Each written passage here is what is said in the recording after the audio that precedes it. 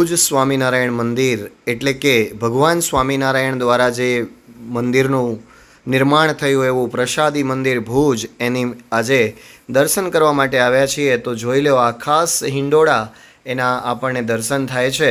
તો અહીંયા જુઓ, ડ્રાયફ્રૂટથી બનાવેલા હિંડોળાને આપણે જોઈ શકશું અને વિવિધ કલાત્મક કૃતિઓથી અહીં હિંડોળા બનાવવામાં આવ્યા છે. તો એ હિંડોળાના દર્શન આપ બધા કરશો. અને આ પ્રસાદી મંદિર જે સ્વામિનારાયણ ભગવાને જે મંદિરોના નિર્માણ કર્યા એમાંનું આ એક ઐતિહાસિક અને પૌરાણિક મંદિર છે. સાથે અહીંયા ગણપતિ મહારાજને પણ બિરાજમાન કર્યા છે, એમના પણ દર્શન કરીએ. અને આ એનું બાહ્ય, આપણે બહારનું જે સભા મંડપ છે એના દર્શન કરીએ. અને ઉપર સંસ્કૃત પાઠશાળા છે, એ તમને હું દેખાડી રહ્યો છું. આપ જોઈ શકશો અહીંયા આ સંસ્કૃત પાઠશાળા, સ્વામિનારાયણ સંસ્કૃત પાઠશાળા, જેની શરૂઆત 1981માં કરવામાં આવી હતી.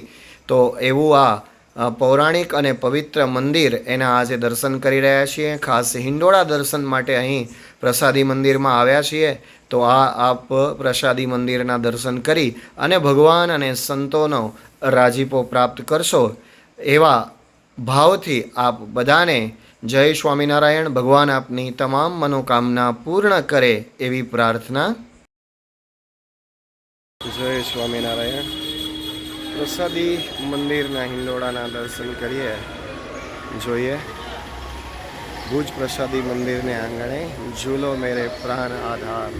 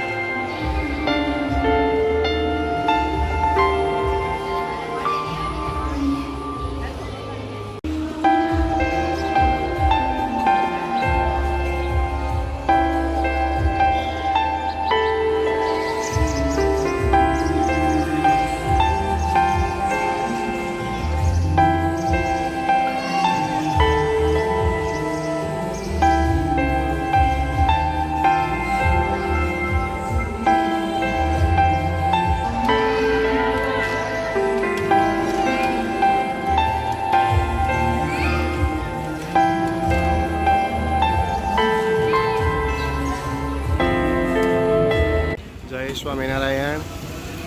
હવે આવ્યા છીએ સ્વામિનારાયણ મંદિર ભુજ, દરબારગઢ ચોક, મણિનગર શ્રી સ્વામિનારાયણ ગાદી સંસ્થાન સંચાલિત સ્વામિનારાયણ મંદિર ભુજ. ત્યાં આવી ગયા છીએ દર્શન કરવા માટે. ખાસ કરી અને હિંડોળા દર્શન માટે પધાર્યા છીએ. તો હિંડોળા ઉત્સવ તમે જોઈ શકશો 2006. દરરોજના હિંડોળા કઈ રીતે કયા લગાવેલા છે એ તમે અહીંયા જોઈ શકશો. તો આ રીતે તારીખ પ્રમાણે હિંડોળાના દર્શન છે એ જોઈ શકશો.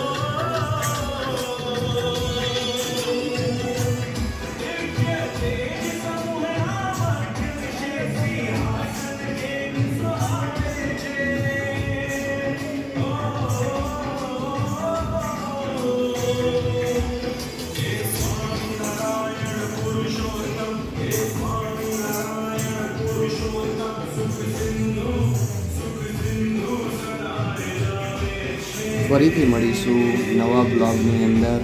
તો ભગવાન સ્વામિનારાયણના હિંડોળાના દર્શન આપને કરાવ્યા. અમારો પીહુ પણ જુઓ આ રીતે દંડવત પ્રણામ કરી અને ભગવાનનો રાજીપો પ્રાપ્ત કરે છે. આપ બધાને જય સ્વામિનારાયણ.